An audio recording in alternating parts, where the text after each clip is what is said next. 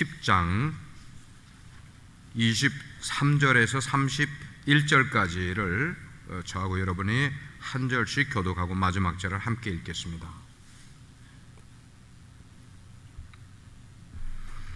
23절 모든 것이 가하나 모든 것이 유익한 것은 아니요 모든 것이 가하나 모든 것이 덕을 세우는 것은 아니니 누구든지 자기의 유익을 구하지 말고 남의 유익을 구하라.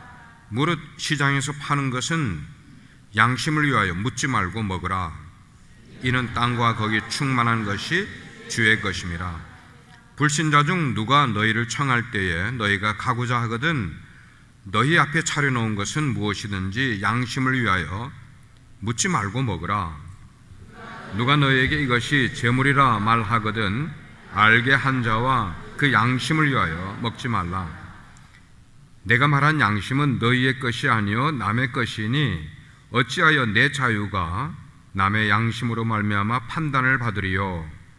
만일 내가 감사함으로 참여하면 어찌하여 내가 감사하는 것에 대하여 비방을 받으려. 같이 그런즉 너희가 먹든지 마시든지 무엇을 하든지 다 하나님의 영광을 위하여 하라. 아멘. 착석하시겠습니다. 여러분 대답 한번 해보시기 바랍니다. 여러분 행복하십니까? 제가 이렇게 미리 언지를 주니까 이렇게 크게 대답이 나오는데 대답 안 하신 분들 여러분 행복하시냐고요? 예. 제가 결혼 상담을 이제 결혼식을 주례하기 전에 결혼 상담을 하는데 상담할 때 꼭 물어보는 질문이 있어요. 왜 결혼하려고 그러지? 주로 이제 그 신랑 될 사람에게 물어봐요. 왜 결혼하려고 그러지? 행복하려고요. 그러면 자매에게 또 물어봐요. 왜 이 사람 배우자로 선택했어? 물어봐요. 그럼 이 사람이 저를 행복하게 해줄 수 있을 것 같아요. 그렇게 이야기를 해요. 그래서 속으로는 두고 봐. 정말 행복하게 해주는지 두고 봐. 결혼은 우리가 행복을 위해서 해요. 그런데 행복하다고 말하는 부분은 그렇게 많지 않은 것 같아요. 우리는 분명히 행복하기 위해서 결혼을 하는데 10년이 지나고 20년이 지나서도 똑같이 행복해요라고 대답할 수 있는, 그렇게 대답하는 사람은 그렇게 많지는 않아요. 배우자가 있으면은 행복하다고 그래요. 근데 혼자 대답을 하라고 그러면은 대답을 못해요. 여러분 행복은 쉽게 얻어지는 건 아니거든요. 근데 사람들이 행복을 쉽게 말하고 쉽게 얻어질 수 있는 것처럼 생각하는 게 문제라고요. 행복은 쉽게 얻어지는 게 아니에요. 그 행복이라는 것은, 특별히 가정의 행복이라는 것은 무수한 노력이 그 속에 들어가야 되고 값비싼 대가를 치러서 얻을 수 있는 게 가정의 행복이에요. 가정의 행복은 내가 희생도 하지도 않고 내가 대가도 치르지 않고 노력도 하지 않았는데 저절로 나에게 찾아와 주는 게 이게 가정의 행복이 아니에요. 그래서 우연히 찾아올 수 있는 그런 것 아니라 부부가 남편은 남편대로 아내는 아내대로 부단히 노력해야만 얻을 수 있는 그것이 행복이란 말이에요. 근데 이게 가정의 행복만 그런 건 아니고, 여러분 신앙생활에서 행복을 찾기 원하십니까? 그 신앙생활의 행복도 저절로 여러분들에게 가져다 주는 게 결코 아니에요. 신앙생활의 행복도 여러분이 얼만큼 노력을 하는지, 얼만큼 희생을 치르는지, 그 희생의 결과로 얻을 수 있는 게 사실은 신앙생활의 행복이라고 볼 수가 있어요. 오늘은 신앙생활의 행복보다는 부부의 행복에 관한, 가정의 행복에 관한 것을 더 포커스를 하려고 그래요. 기독교 영성가 가운데 유진 피러슨이라는 훌륭한 분이 계세요. 아마 미국에서 이분의 저서가 베스트셀러로 항상 올라가는 분인데, 이분이 이런 말씀을 했어요. 내 아내의 얼굴은 내 믿음의 이력서다, 그렇게 이야기를 했어요. 그 말은 너희 부부가 행복한지 행복하지 않은지는 네 아내의 얼굴을 보면 알 수 있다, 그 말이에요. 여러분, 여러분의 아내 얼굴 한번 쳐다보세요. 예. 행복한지 안 한지. 거기에 그게 이력서예요. 얼굴에 이렇게 쓰여 있단 말이에요. 예. 그런데 여러분, 오해하지 말고 들으시기 바라요. 현대 교회의 강단에서 성도들의 어떤 가정 생활에 상처를 줄까 봐 가정이 심각하게 무너져 가고 있고 가정이 심각하게 어려움을 겪고 있는데도 불구하고 현대 교회의 강단들이 그 가정의 심각한 문제들을 별로 터치를 하지 않으려고 그래요. 왜냐하면 듣는 사람들이 상처받을까 봐. 근데 이건 상처가 아니고 치유가 돼야 될 문제란 말이에요. 예. 그래서 이혼이 지금 미국의 결혼한 사람들의 비율과 이혼한 사람들의 비율을 볼 때 이혼한 사람들의 비율이 더 높단 말이에요. 이런 게 가정 속에 문제가 되고 있고, 동성연애라는 이 이슈가 어마어마하게 사회적인 이슈를 가지고 있는데도 불구하고 교회에서 이거를 설교한다는 게 무척 어려운 게 현실이란 말입니다.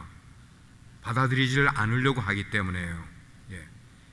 쉬쉬하고 지나갈 문제가 아니거든요. 예. 뿐만 아니고 정말 믿음의 가정 가운데서도 건강하던 그런 가정들 가운데서도 무너져 내리고 쓰러지는 그런 가정들이 여기저기에 많이 있음에도 불구하고 이 가정사에 관한 것은 마치 설교단에서 금기처럼 외쳐지면 안 되는 것처럼, 들으면 상처받는 것처럼 생각하게 되는 것이 이게 참 안타까운 일이란 말이에요. 자, 이럴 때에 가정의 달 5월을 우리가 지금 맞이하면서 첫째 주에는 자녀에 관한 문제를 다뤘고 두 번째는 부모에 대한 문제를 다뤘는데, 좀 다루기 쉽지 않은 이 부부에 관한 문제를 오늘 여러분과 함께 나누려고 그래요. 가정의 불화가 어떤 커다란 이슈나 커다란 문제 때문에 가정의 불화가 생기는 것 별로 아니에요.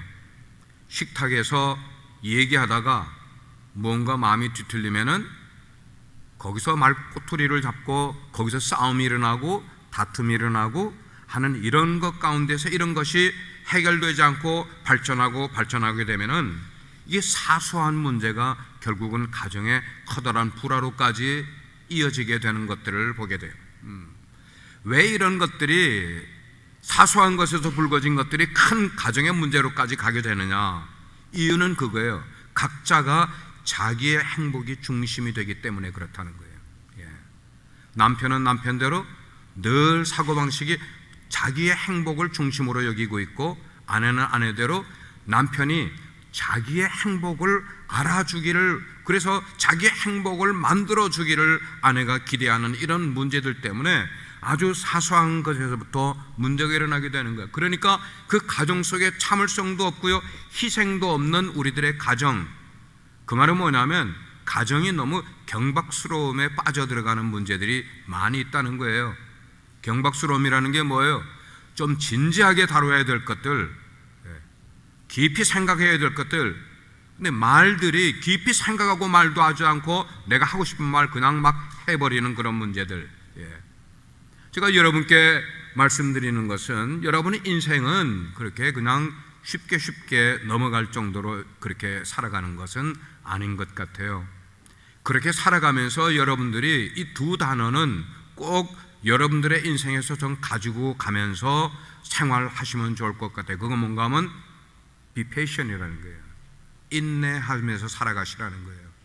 또 다른 하나는 sacrificing, 희생하면서 살아가야 된다는 거예요. 가정의 불화가 왜 일어나는가? 다른 것 없어요. 인내해야 될 때 인내하지 못하고 희생을 아까운 것으로 생각을 하니까, 희생하지 않으니까 가정에 어려운 문제들이 발생하는 것을 우리는 알게 되는 거예요.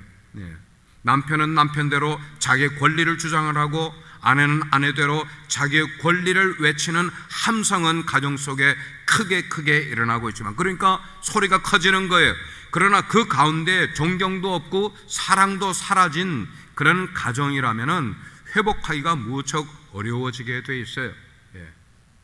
가정에는 남편이 아내를, 아내가 남편을 존중하고 존경하는 모습이 있어야 되고 사랑해 주는 모습이 있어야 되는데 이런 게 없으면 큰일 나는 거죠. 교회 속에서도 마찬가지예요.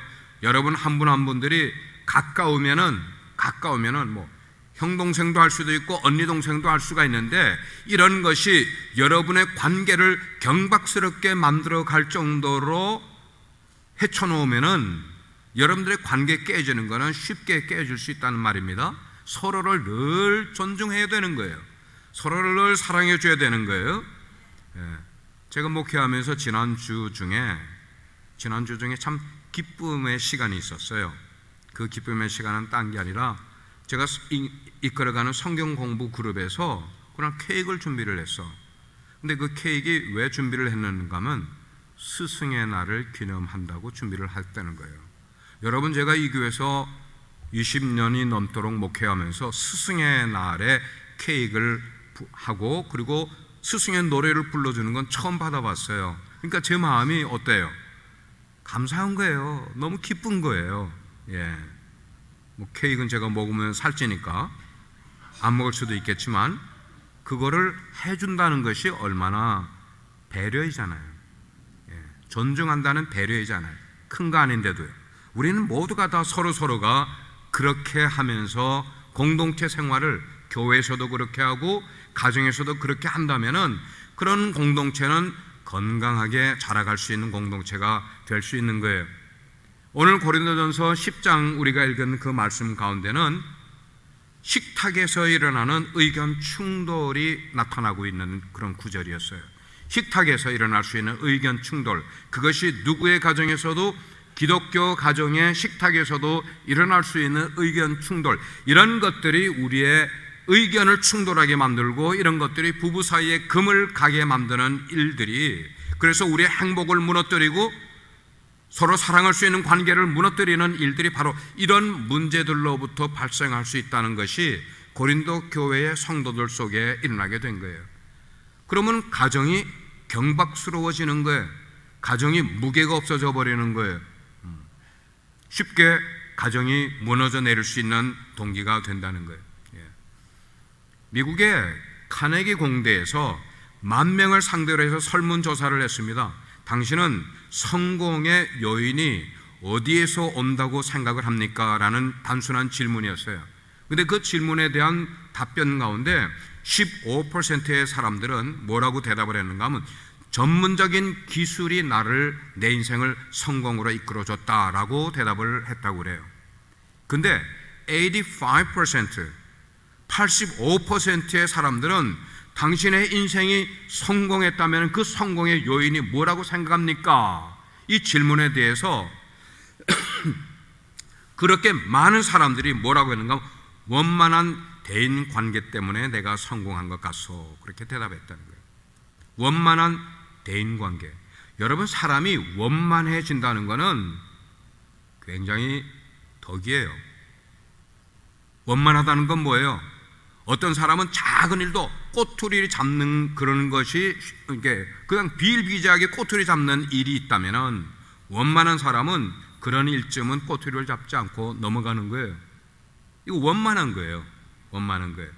어떤 사람은 남의 말 한마디에 걸려 넘어져서 힘들어하는 삶을 살아가는데 원만한 사람은 뭐예요? 남이 나에게 그런 얘기를 해도 뭐 그럴 수도 있겠지. 원만하게 넘어가는 거예요. 이런 원만한 대인관계가 자기의 인생을 성공으로 이끌어 갔다고 대답한 사람들이 그렇게 많은 것을 보게 되는 거예요. 여러분, 우리가 대인관계를 가지게 될 때 가장 베이직한 대인관계는 어디서 이루어집니까? 교회에서요? 직장에서요? 아니요. 가정에서 이루어지는 게 가장 기본적인 대인관계예요. 누구 사이에서요? 부부 사이에서, 부모와 자녀 사이에서. 근데 행복은 멀리 있는 사람들과의 관계에서 만들어지는 게 아니라 가까운 데 있는 사람들 사이에서 만들어지는 게 행복이에요. 그래서 부부 사이가 행복해질 수 있는 것, 그리고 부모와 자녀들 간에 이 관계가 원만하게 잘 되는 그런 관계라면 그 가정은 행복해질 수 있는 요인이 있게 된다는 말. 이렇게 가족적인 관계야말로 인간관계에 있어서 첫 단추를 끼우는 거나 마찬가지예요.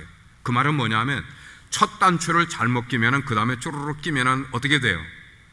다 삐뚤어지는 거예요. 옷이 삐뚤어지는 거예요. 그 말은 가족관계, 부부관계를 잘못 끼우고 부모와 자녀 관계를 잘못하면은 사회에서 아무리 자기가 단추를 잘 끼는 삶을 살아가는 것 같아도 그건 진짜 단추를 잘 끼는 삶이 아닌 거예요.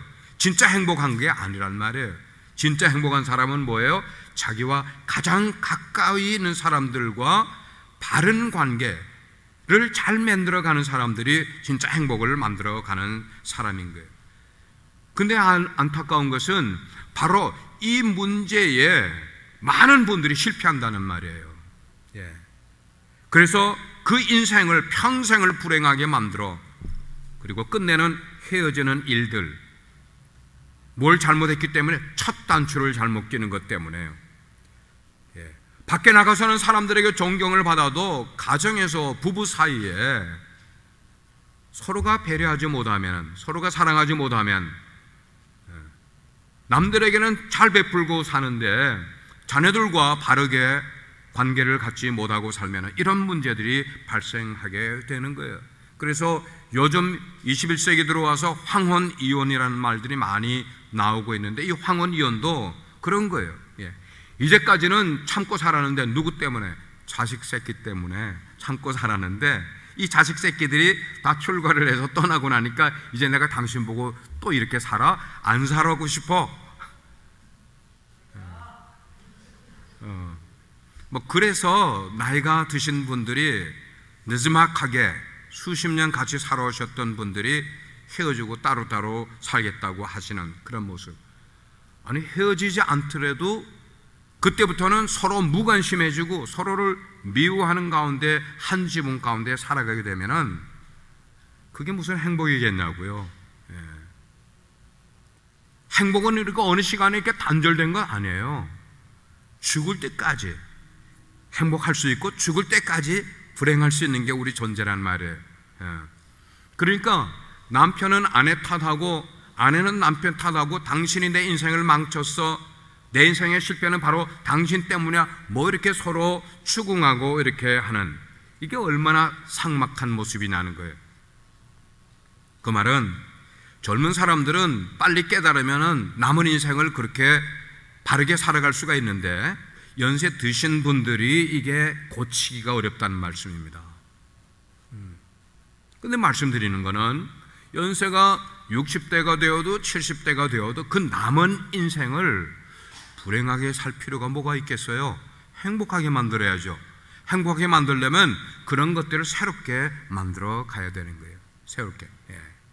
그래서 생각을 해보면은 우리가 한 남자와 한 여자가 다른 환경에서 자라났잖아요. 부모도 다른, 학벌도 다른, 지방도 다른, 이런 다른 환경에서 자라는 사람들이 결혼을 해서 한 가정을 이루고 이게 마음을 맞춰서 살아간다는 게 이것처럼 힘든 게 어디 있겠냐고요. 사사건건 걸리고 사사건건 문제가 될 소지가 있는 것이 아니겠어요? 그러니까 오늘날 젊은이들이 결혼을 자꾸만 회피하려고 하는 이유가 자기 친구들 결혼 생활하는 거 보니까 맨날 토닥거리고 싸우거든.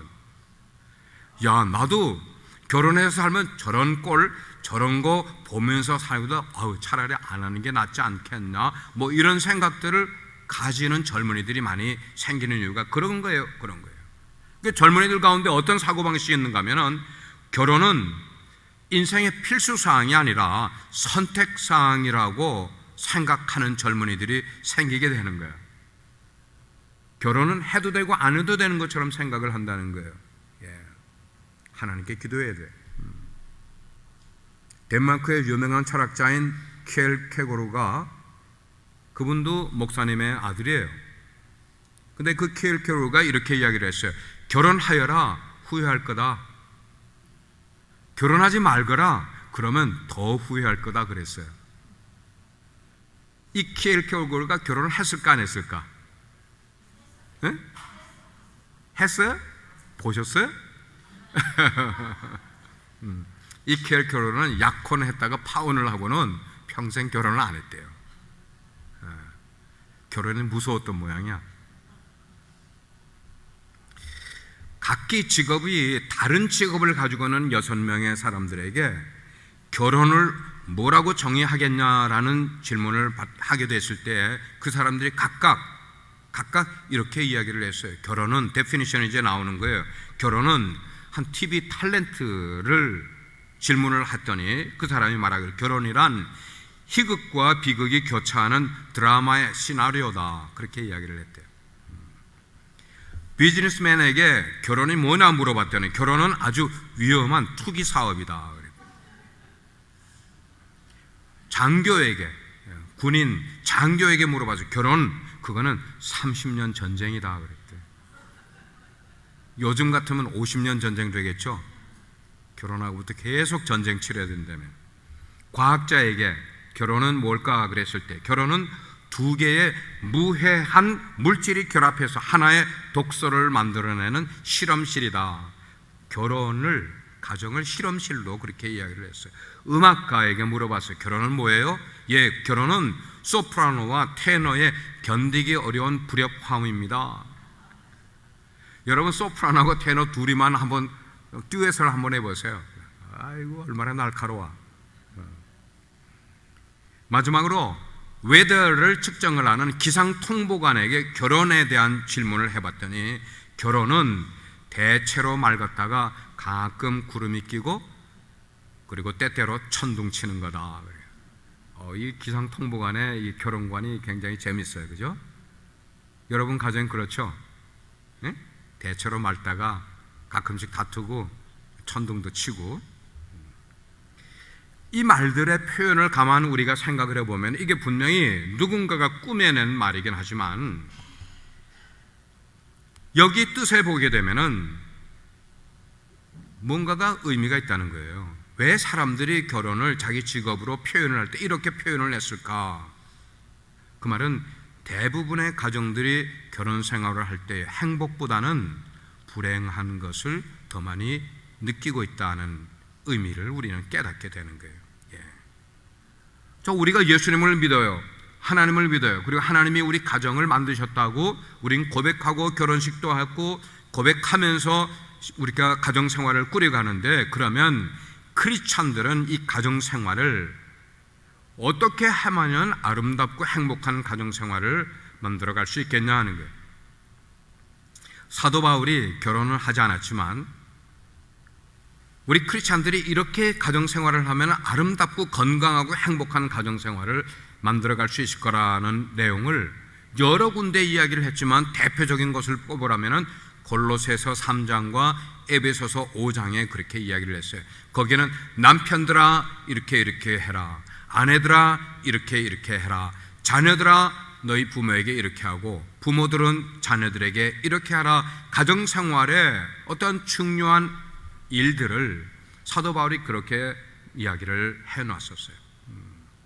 오늘 우리가 읽은 고린도전서 10장 말씀은 우리가 크리스찬으로서 우리 인간 관계에서 정말 중요한 점이 무언가를 이야기해 주고 있어요. 그래서 오늘 말씀의 제목을 행복한 가정, 행복한 부부 이렇게 이야기를 꺼냈어요. 그렇게 되려면은 필요한 원리가 2가지가 있다. 필요한 원리가.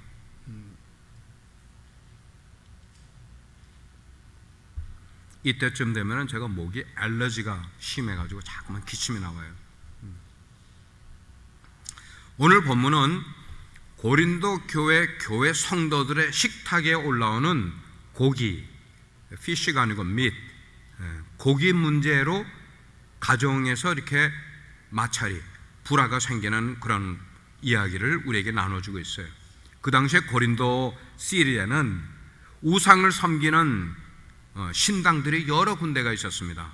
그래서 그 신당들에는 매일매일 고린도 교회 시민들이 와서 제사를 지내는데 그것은 비기독교인들이 드리는 우상에 대한 제사가 아니겠어요? 그러니까 그 사람들이 송아지를 잡아오든지 양을 잡아오든지 그러면 제사를 드리고 나면은 원래는 그 제물들을 다 불태워서 없애버려야 되는 거예요. 근데 사람이 욕심이 있잖아, 사람에게. 그러니까 그 우상에게 제사를 드리는 그 신당에서 일하는 제사장들, 우리 기독교 제사장이 아닌 그 제사장들이 그 양고기나 그 송아지 고기를 아깝게 생각을 하면서 그거를 뒤에 숨겨두는 거예요. 숨겨두고는 블랙마켓에 가지고 나가서 몰래, 일반인들 몰래 그걸 팔아먹어버려요. 그러니까 고린도 교회 시장통에 돌아가는 그런 고기들의 대부분은 우상에게 제사를 드린 제물이 돌아다닌다는 얘기가 파다하게 고린도 시에 퍼지게 된 거예요. 그 소문이 누구에게도 들어옵니까? 우리 그리스도인들 가정에도 그 얘기가 들어오게 되는 거예요. 유대인들은 율법에 따라 동물을 죽여야만 하나님이 그것을 받고, 그리고 피를 먹어서는 안 되기 때문에 피를 다 뽑은 동물만 먹게 되는데, 근데 이 사교를 믿는 그런 데서는 그런 거 없이 그냥 죽여서 제사를 드리는 건데, 그게 시장에 막 돌아다니게 됐단 말이에요. 그러니까 고린도에 사는 모든 사람들은, 거기에 누구도 포함됐어요? 그리스도인들, 하나님을 믿는 그리스도인들을 포함한 고린도의 모든 사람들이 시장에서 고기를 사 먹게 되면 어쩔 수 없이 우상에게 제사를 드렸던 고기들을 사 먹을 수밖에 없게 되는 상황이 된 거예요. 자, 그래서 가정에 고기를 사가지고 왔어요. 근데 크리스찬 가정의 식탁에 고기가 딱 올라오게 되니까 주로 남편들이 더 율법적이지 않습니까? 아내들보다는. 남편들은 우리가 저거 틀림없이 내가 보지 않았어도 저 올라온 식탁에 올라온 고기가 분명히 우상에게 제사를 드렸던 고기일 거야. 그러니까 우리는 먹으면 안 돼 라고 이야기를 하면은 아내는 기껏 돈 주고 사왔는데 못 먹게 한다고, 못 먹게 한다고. 그럼 어쩌라는 말이냐고, 이걸 버리냐고. 그러니까 남편은 버리라고 그러고 아내는 버리지 말고 우리가 먹자고. 성경에도 율법에도 모르고 사다 먹은 건 죄가 안 된다고 그러는데 먹자고, 뭐 이렇게 다툼이 나올 수 있을까 없을까? 여러분들에게 실제적으로 질문해 보면 여러분 부부 사이에 교회 헌금 내는 것 때문에 다퉈요, 안 다퉈요? 다투는 분들 많잖아요. 누가 더 많이 내자고? 남자는 남편이라고 대답하고 여성은 여자가 이렇게, 뭐 이런 거 가지고 실제로 신앙에 관계되고 하나님께 헌신하는 거에 관계된 것들로 우리 식탁에서 다툼이 일어난다고요. 다툼이 일어난다고요. 그러니까 부부 사이에 이것이 먹는 문제로 인해서 충돌이 일어나게 되고, 한쪽은 먹어도 된다, 한쪽은 먹으면 안 된다, 팽팽하게 대립을 하다가 이것이 실제로 그것이 우상의 제물인지 아닌지 그 문제는 뒤로 쑥 빠져버리고 언성이 높아지는 거예요. 뭐 때문에 높아질까요? 자존심 때문에 이제 높아지는 거예요. 남편은 남편대로, 아니 남편이 한번 먹지 말자고 했으면은 안 먹으면 되는 거지, 자꾸만 말이 많아? 이렇게 나오게 되고, 아내는 그깟 거 가지고 먹는 거 가지고 이렇게 소리 지른다고 아내에게, 남편에게 대들고, 뭐 이러다가 보니까 부부 사이에 관계가 악화되는 거는 굉장히 자연스럽게 악화된다는 거예요. 여러분 부부 싸움을 하게 될 때 그게 진짜 심각한 문제로 싸웁니까? 아니란 말이에요. 그러면 사소한 것들로 싸우는 이런 태도들을 우리는 어떻게 고쳐가야 되는가 하는 거예요. 기준이 있어야 되잖아요. 뭐 때문에 우리가 뭘 지키기 위해서요? 자, 사도 바울이 우리에게 주는 말씀은, 자, 이런 경우에 고기를 먹느냐 마느냐 이것이 문제가 되는 것보다는 너희들이 그런 문제로 가정의 부부간의 관계로 그런 문제들로 부모와 자녀 간의 관계에 이 관계가 파괴되는 것이 더 나쁜 것이란다, 더 우려될 문제란다 하는 것으로 지금 이야기하고 있는 거예요. 여러분 부부 사이에 싸우지 말아야 될 것들 가지고 싸우지 않도록 여러분들 나름대로 성경적인 원리를 가져야 되는데, 오늘 사도 바울은 우리에게 두 가지 원리를 이야기해 주고 있어요. 첫째는 24절에 이렇게 이야기를 하고 있어요. 누구든지 자기의 유익을 구하지 말고 남의 유익을 구하는 자세를 가지라 이 말이에요. 부부에게 해당하면 그래요. 남편은 남편의 유익을 위해서 말하지 말고, 아내는 아내의 유익을 위해서 말하지 말고 서로가 상대방의 유익을 위해서 말하면은 부부싸움의 문제는 없어질 수 있다. 지금 이 말씀이에요. 31절의 말씀에 두 번째로 이렇게 나오는 거예요. 너희가 마시든지 먹든지 이 모든 일들을 다 하나님의 영광을 위하여 하라. All for the glory of God. 모든 일들을 하나님의 영광을 위해서 하면은 문제는 없어진다, 그렇게 말하는 거예요. 이런 두 가지의 원리가 정말 보편적인 그런 법칙이기도 하지만 가정 행복의 비결이 바로 이 두 가지 있는 거예요. 남편은 아내를 배려할 줄 알고 아내는 남편을 위할 줄 알고, 그 다음에 모든 결정은 중심이 우리 인간이 아니고 내가 아니고 하나님 위주로 결정을 해버리면은 문제가 해결되는 것은 쉽다는 그런 말씀인 거예요. 그렇습니다. 행복한 부부는 상대방을 먼저 배려하는 사람이 행복한 부부예요. 저의 가정은 제가 고백할 때 늘 아내가 저보다 더 배려를 잘해요. 그 점에 있어서는 아내에게 제가 부족해요. 제가 아내를 배려하는 것보다 제 아내가 저를 더 많이 배려하는 그런, 그건 이제 많이 저도 이제 배려하려고 노력을 많이 하죠. 자, 24절 제가 다시 읽어드리면, 누구든지 자기의 유익을 구하지 말고 남의 유익을 구하라. 그 말은 배우자의 유익을 먼저 구하게 되면은 문제가 생길 이유가 없게 된다는 거예요. 여러분 그렇지 않습니까? 아무리 부부라고 해도 세상사가 우리 가정에 있게 될 때에 그것에 대한 의견이 서로 다를 수가 있는 거예요. 가치관도 다르고 살아온 배경도 다르고 그리고 신앙관도 다를 수가 있단 말이에요. 남편은 이런 신앙관을 가지고 있으면 아내는 이런 신앙관을 가질 수 있기 때문에 부부가 다를 수 있다는 말이에요. 네.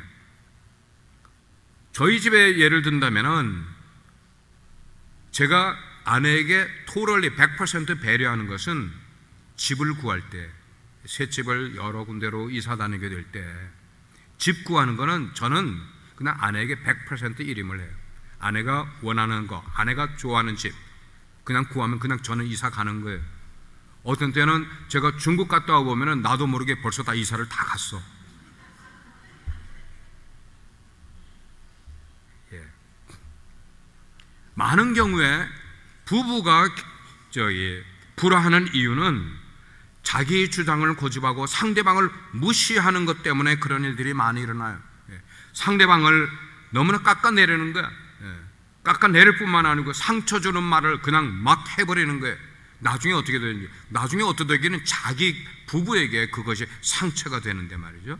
그 자기만 옳다고 말하고 상대방은 눈꼽만큼도 배려하지 않는, 상대방을 존중하지 않는 이런 것들 때문에 가정에서 어려운 문제가 생겨나게 될 때가 얼마나 많은지 몰라. 자, 그래서 사도 바울이 골로새서 3장 18절과 19절에 그런 일을 위하여서 남편과 아내에게 이렇게 이야기를 하고 있어요. 아내들아, 남편에게 복종하라 그랬어요. 아내들아, 남편에게 복종하라. 이는 주 안에서 마땅하니라 그랬어요. 마땅하다 이 말이에요. must be. 마땅하다. 그리고 남편들아 그랬어요. 남편들아, 아내를 사랑하며 괴롭게 하지 말라 그랬어요. 여러분, 이 말씀 가운데 복종하라, submit하라는 말은 뭐냐? 남편이 어떤 일을 결정을 하게 될 때 혹시 그것이 아내인 내 마음에 혹시 들지 않더라도 이해하고 따라가라 이 말이에요. 지금 여러분 그렇게 하세요? 아내들이요? 남편들이 어떻게 하려고 하는 그 결정에 혹시 내 마음에 들지 않아도 이해하고 남편이 결정하는 대로 따라가라 이 말이에요. 이게 성경적인 교훈이란 말이에요. 그 다음에 여기에 남편들에게 아내를 괴롭게 하지 말라 이 말은, 아내는 연약한 존재이기 때문에, 유약한 존재이기 때문에 그 유약한 존재가 눈물 흘리게 만들지 말고 최대한을 다해서 배려하라 이 말이에요. 배려하라. 저도 결혼 생활하면서 아내에게 여러 번 눈물 흘리게 한 적이 있었어요. 그럴 때마다 혼자 있을 때 제 마음에 그래요. 야, 너 진짜 치사하구나. 어떻게 아내에게 눈물을 흘리게 만드니? 작심을 해요. 눈물을 흘려. 절대 눈물을 흘리게 하지 말자. 내 인생을 통해서. 신라권이라는 세계적으로 유명한 서사시를 쓴 존 밀턴이 굉장히 유명한 명성을 가진 사람인데, 이 사람이 이런 명성을 가진 것에 비하면은 아내에게는 그렇게 썩 잘하는 남편은 아니었던 것 같아요. 어느 겨울날 유명 인사들이 초대를 받는 그런 파티에 초대를 받아 갔어요. 그래서 밀턴 부부도 초대를 받아 갔어요.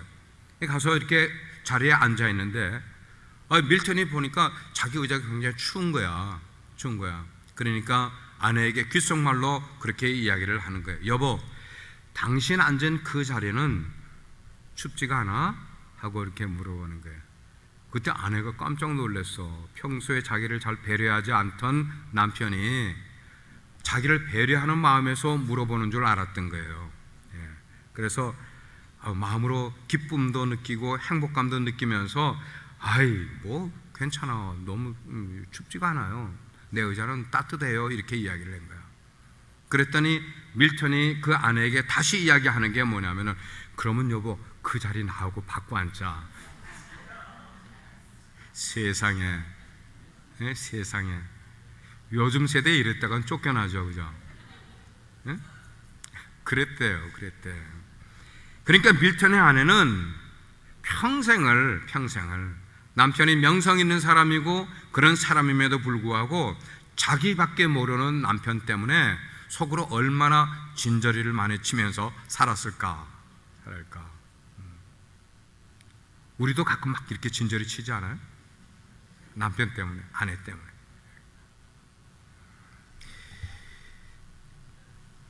사람들은 이 세상에서 성공하려면은 그냥 눈치 빠르게 자기의 속셈만 차리면 된다고 생각을 해요. 그것이 어디까지 가는가 하면 부부간에도 남편은 그냥 내 속셈만 차리면 되고, 아내는 내 속셈만 차리면, 내 유익만 차리면 된다고 생각하는 사람들이 있어요. 혹시 그런 사람들이 세상에서 성공할 수 있는지는 모르겠지만 행복하지는 않다는 말입니다. 우리 그리스도인들은 성공도 좋아, 성공도 필요해. 그러나 성공보다 더 중요한 인생이 있는데, 그게 뭐냐면 우리는 행복해야 된단 말이에요. 아멘입니까? 행복한 삶을 살아가는 게 필요하단 말이에요. 근데 이 사랑이라는 것은 구호도 아니고 어떤 개념도 아니에요. 사랑은, 그것은 상대방을 배려하고 상대방을 존중하는 언어이고 행동, 이게 바로 사랑이라는 것입니다. 두 번째로, 행복한 부부는, 같은 목표를 가지고 나아가는 부부는 행복한 부부가 될 수가 있어요. 같은 목표. 행복한 부부는 목표를 같이 만들어가는 거예요. 목표가 다르면은 아무리 행복하게 노력을 하려고 해도 행복해질 수가 없는 거예요. 부부는 하나님께서 허락하신 인생의 반려자예요. 인생의 파트너예요. 저의 얘기를 자꾸만 이제 하는 이유는 비교해 보시라고요. 그래서 저도 27에 결혼을 하면서 아내에게 그랬어요. 당신도 당신의 탑을 쌓았고 나도 내 인생의 탑을 쌓았지만 이제는 우리가 각자의 탑을 쌓지 말고 하나의 탑을 쌓아가자. 결혼하고 우리 아내에게 이야기 나눴어요. 그러니까 아내도 거기에 어그리했어요. 그 말은 뭐예요? 인생의 부부가 따로따로 목표를 세우고 따로따로 인생을 가려고 하면은 그 가정은 깨지게 돼 있어요. 아무리 돈을 많이 벌어놔도요, 세상에서 아무리 명성을 얻었어도 목표가 다르면 깨지게 되어 있는 거예요. 그러나 한 길을 손을 잡고 한 목표를 가지고 인생을 살아가게 되는 거예요. 예를 들면 어떤 남편은 권력의 마음이 있어요. 그래서 정치 쪽으로 가려고 애를 쓰는데, 아내는 그냥 안정된 삶을 사는 것이 내 인생의 목표라고 생각을 하면은 늘 부딪히는 거예요. 이거를 조율을 해야 돼요. 조율을. 어떻게 조율을 하는가? 성경적으로 조율을 해야 된다는 말이에요. 성경은 뭐라고 말씀하는가? 그런즉 너희가 먹든지 마시든지 무슨 일을 하든지 다 무엇을 위하여 하라고요? 하나님의 영광을 위해서 하면 된다 말씀을 하고 있는 거예요. 내 목표, 남편의 목표도 내세우지 말고 아내의 목표도 내세우지 말고 우리는 다 하나님의 영광을 위해서 우리 부부가 그렇게 목표를 가지고 나아가야 된다고 말하고 있어요. 인생의 목표는 자기 행복을 위해서 인생의 목표를 세워도 안 되고요, 남편의 출세를 위해서 인생의 목표를 세워도 안 되는 거예요. 여러분 아내들이요, 똑바로 생각하셔요. 여러분들의 남편이 출세가 내 인생의 목표라고 생각하는 사람은 빨리 꿈 깨세요. 목표를 그렇게 삼으면 안 돼요. 출세는 인생의 목표가 아니에요. 사랑도 인생의 목표가 아니에요. 인생의 목표는 오직 하나예요. 하나님께 영광 돌리는 삶을 살아가는 게 인생의 목표가 되면은 그 하나님께 영광 돌리는 삶을 살아가는 모든 여정에서 우리가 느끼는 소중한 느낌이 있는데 그 느낌이 뭐냐면 사랑이라는 거예요.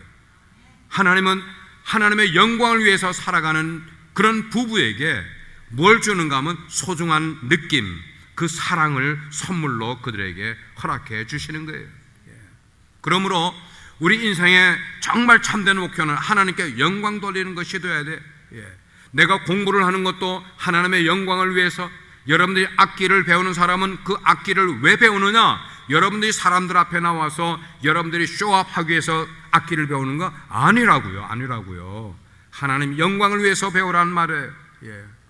제가 우리 아들이 트럼펫 할 때 아주 그냥 귀에 못이 박히도록 이야기를 해요. 너 트럼펫 배우는 거 왜 배우니? 너는 그것을 통하여 하나님 영광 돌리기 위해서 트럼펫 배워야 돼. 계속 그 얘기하고. 우리가 사업을 합니까? 무엇을 위해서 사업하는 거예요? 그 목표가 뭐예요? 하나님 영광 위해서 우리가 하는 거예요. 모든 것 다 그런 거예요. 우리가 선교하는 것 왜 선교하는 겁니까? 교회 이름 내기 위해서요? 아니요. 선교하는 것도 하나님 영광 위해서 선교하는 거예요. 이렇게 남편과 아내가 마음을 같이 하게 될 때 행복해지고 서로 존중하는 마음이 우리 가운데 생기게 되는 거예요. 남녀의 사랑은 다시 이야기하지만 우리 인생의 목표가 아니에요. 진정한 사랑은 하나님께 영광 돌리기 위해서 나아가는 우리의 걸음걸음에서 생기는 소중한 느낌이 바로 부부간에 생기는 사랑인 것을 우리는 깨닫게 돼요. 우리 사랑하는 빛과 소금의 교회 모든 커플들, 모든 부부들이 행복한 부부가 되기 원하시면 아멘 하세요. 이제 여러분들이 어떤 것이 행복한 부부인지를 여러분들이 들으셨어요. 10계명은 유대인들이 지키고 우리 초대교회가 지켰고 기독교 2000년 역사 통해서 우리가 다 지켰는데, 그런데 부부 10계명이라는 게 있어요. 부부 10계명, 부부가 지켜야 될, 공통적으로 지켜야 될 10계명. 화를 낼 때에 두 사람이 동시에 화를 내지 말자. 첫 번째. 두 번째, 화가 났을 때는 큰 소리로 말하지 말자. 연습해야 돼요. 얼굴은 막 화가 나는데 소리는 작게 하는 연습을 해야 돼요. 눈은 상대방의 허물을 보지 말고 우리의 입술은 상대방의 결점, 실수를 말하지 말자. 아내와 남편은 서로를 다른 사람들과 비교하지 말자는 거예요. 그리고 서로의 아픈 곳을 긁지 말자는 거예요. 10년 전에 남편의 실수를 긁지 말고 10년 전에 아내의 실수를 오늘 꺼내서 또 다시 후렴 반복하지 말자는 거예요. 마음에 분을 품은 채로 잠자리에 들지 말자는 거예요. 그리고 갈등이 있어도 결코 포기하지 말자. 뭘 포기하지 말자요? 부부의 관계를 포기하지 말자는 거예요. 이게 딱 우리 머릿속에 박혀야 돼요. 내 인생에서 어떤 일이 있어도. 여러분들이 가정에 한번 실패하고 다시 재혼하신 분들이나 그런 분들은 이제 지금부터 이거를 지켜나가시면 되는 거예요. 절대로 앞으로는 하나님 앞에서 그 약속은 드리는 거예요.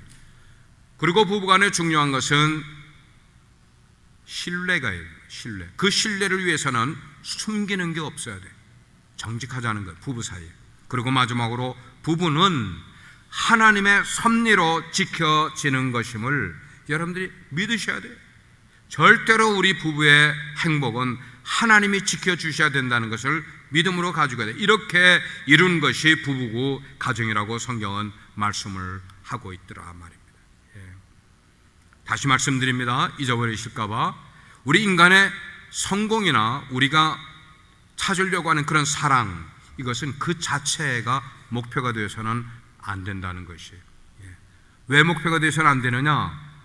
저도 여러분 한 분 한 분도 다 불완전한 존재이기 때문에 목표는 변할 수가 있어요. 그것을 여러분의 목표로 하면 안 돼요. 성공이 있습니까? 성공 뒤에는 늘 그늘이 있기 마련이에요. 어두운 그늘이 있어요. 사랑이 있으면 그 사랑만 있는 것 아니야. 그 밑에는 분명히 슬픈 눈물도 그 이면에 있음을 우리는 생각해야만 되는 거예요. 그렇기 때문에 성공, 실패, 그리고 사랑이나 미움, 이런 게 다 과정일 뿐이지, 뭐에 대한 과정이에요? 하나님께 영광 돌리는 인생을 사는 과정일 뿐이라는 거예요. 그래서 우리에게 인생의 목표는 한 가지, 먹든지 마시든지 다 무엇을 위해서요? 다시 한번, 무엇을 위해서요? 하나님의 영광을 위해서 하는 것이 내 삶의 아주 그냥 프라이어티 1이 되어버려요. 그런 삶. 그래서 서로 배려하고 서로 존중하면서 하나님 영광 위해서 애를 쓰게 되다 보면은 악한 마귀가 늘 이렇게 경건하게 살려는 가정, 건강한 가정에 들어와서 뭐 하는가 하면 이간질을 해요. 무엇으로 많이 이간질을 하는가 하면은 남이 뭐라고 그러더라, 남이 당신에 대해서 뭐라고 그러더라, 남이 당신에 대해서 뭐라고 그러더라, 이게 이간질하는 말이 들어오게 되면은 이게 어렵게 만드는 거예요. 우리 공동체도 마찬가지예요. 이간질하는 것이 우리 속에 들어오면은 정말 힘들어지는 거예요. 이걸 하나님께 딱 맡겨버리고 우리는 그렇게 거기에 속아 넘어가지 말아야 돼요. 그리고 대신 십자가에 달리신 예수님의 사랑을 본받아서, 만약에 여러분 부부 사이가 좀 멀어진 그런 가정이 있다면은 예수님의 십자가의 보혈로 씻음받고 새로워지기를, 회복되기를 하나님께 구함으로 행복한 삶을 살아가는 여러분 모든 가정, 개인들이 되기를 주의 이름으로 축원합니다. 기도하시겠습니다. 하나님, 가정의 달, 특별히 부부의 행복에 대해서, 가정의 행복에 대해서 말씀을 나누었습니다. 우리는 불완전한 존재이기 때문에 잘못 목표를 정할까 두렵습니다. 그래서 사도 바울을 통해 우리에게 바른 인생의 목표를 주셨습니다. 그것은 나의 유익보다 배우자의 유익을 먼저 생각하는 것입니다. 그리고 모든 일을 먹든지 마시든지 하나님의 영광을 위해서 애쓰는 저희들 되게 해 주십시오. 예수님의 이름으로 기도합니다.